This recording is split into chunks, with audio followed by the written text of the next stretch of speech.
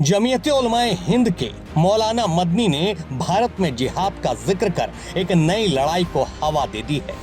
मसला चाहे जो भी रहा हो, मदनी या तो अपनी बात सही से समझा पाने में नाकाम रहे हो या फिर उनकी बातों को गलत तरीके से समझा गया हो, ये तो वही जाने।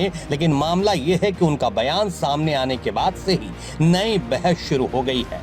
खैर, मदनी के अब उसी जिहाद वाले मुद्दे पर बवाल मचा तो सामने आए ऑल इंडिया मुस्लिम जमात के राष्ट्रीय अध्यक्ष मौलाना मुफ्ती शहाबुद्दीन रजवी बरेलवी। मदनी पर सीधा हमला करते हुए मौलाना मुफ्ती शहाबुद्दीन रजवी ने कह दिया कि मदनी भारत के मुसलमानों को भड़का रहे हैं, उकसा रहे हैं। साफ साफ बोल दिया भारत में न जिहाद जायज है न हिजरत। साथ में आला हजरत इमाम अहमद रजा खां फाजिल बरेलवी के फतवे की भी याद दिलाई। मौलाना महमूद मदनी साहब बार बार जिहाद की बात कर रहे हैं। वो भारत में किस तरीके से जिहाद करना चाहते हैं और कैसा वो जिहाद चाहते हैं, और ये जिहाद की बात करना गोया कि समाज को तोड़ना है और देश को कमज़ोर करना है, और मुसलमानों को ये उकसा रहे हैं, भड़का रहे हैं, मुश्तिल कर रहे हैं। भारत में किसी तरीके से न जिहाद की ज़रूरत है और न हिजरत की ज़रूरत है। शरई एतबार से अगर बात करें तो भारत दारुस्सलाम है। आला हज़रत इमाम अहमद रज़ा फाजिल बरेलवी रहमतुल्लाहि ताला अलैह ने अपने फतवे में यही लिखा है कि भारत में जिहाद जायज़ नहीं और न भारत से हिजरत जायज़। मौलाना शहाबुद्दीन रजवी ने शरीयत के आईने में बताया कि जिहाद के लिए कुछ शर्तें जरूरी हैं जो भारत देश में नहीं पाई जाती है। भारत एक आज़ाद देश है और यहाँ पर मुसलमान आज़ादी के साथ अपने तमाम धार्मिक कार्य अंजाम देता है। यहाँ मस्जिदें, मदरसे, दरगाहें और इस्लाम धर्म के तमाम रुकन जैसे नमाज व रोज़ा वगैरह मुसलमान आज़ादी के साथ अंजाम देता है। पूरे भारत में कहीं भी और किसी तरह भी धार्मिक कार्यक्रमों पर पाबंदी नहीं है।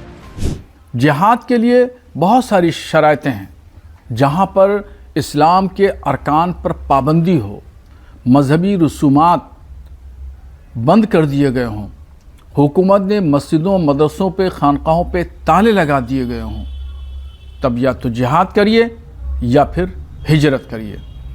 आला हज़रत ने फतवे में यही लिखा है कि ना भारत में जिहाद जायज़ है और ना भारत से हिजरत जायज़ है।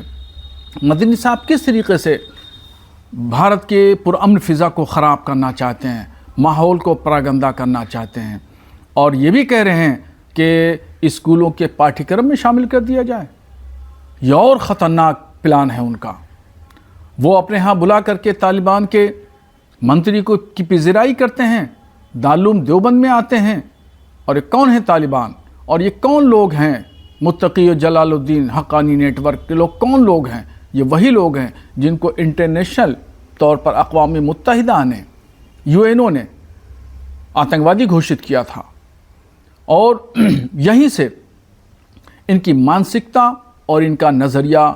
मौलाना रिजवी ने हालांकि तालिबान के जिन विदेशी मेहमान के भारत आने का जिक्र किया, वो मदनी के बुलाए हुए मेहमान नहीं बल्कि भारत यात्रा पर आए राजकीय मेहमान थे, जिन्होंने अपनी यात्रा के क्रम में दारुल उलूम देवबंद का भी दौरा किया था। खैर, रिजवी मदनी को जिहाद वाले बयान पर घेरते हुए गद्दार तक बता रहे हैं। पता चल जाता है जो लोग भी इनके बयानों को कंडम कर रहे हैं, मुखालफत कर रहे हैं, उनको ये गद्दार कह रहे हैं। ये देश को तोड़ने वाले हैं, समाज के ताने बाने को बिखेरने वाले लोग हैं। गद्दार तो असल में ये हैं जो विरोध कर रहे हैं। वो लोग गद्दार नहीं हैं, वो तो देश प्रेमी हैं, वो हुब्बुल वतनी में लिप्त हैं। और हुब्बुल वतनी यह हमारे भारत के हर एक मुसलमान के जहन, दिल, दिमाग में बसा हुआ है। वतन से मोहब्बत करना हमें पैगम्बर इस्लाम सल्लल्लाहु ताला अलैहि वसल्लम ने सिखाया है। भारत का 80% मुसलमान जो सुन्नी सूफ़ी बरेलवी विचारधारा का है, वो मौलाना मदनी को ना अपना रहनुमा मानता है और ना अपना कायद मानता है।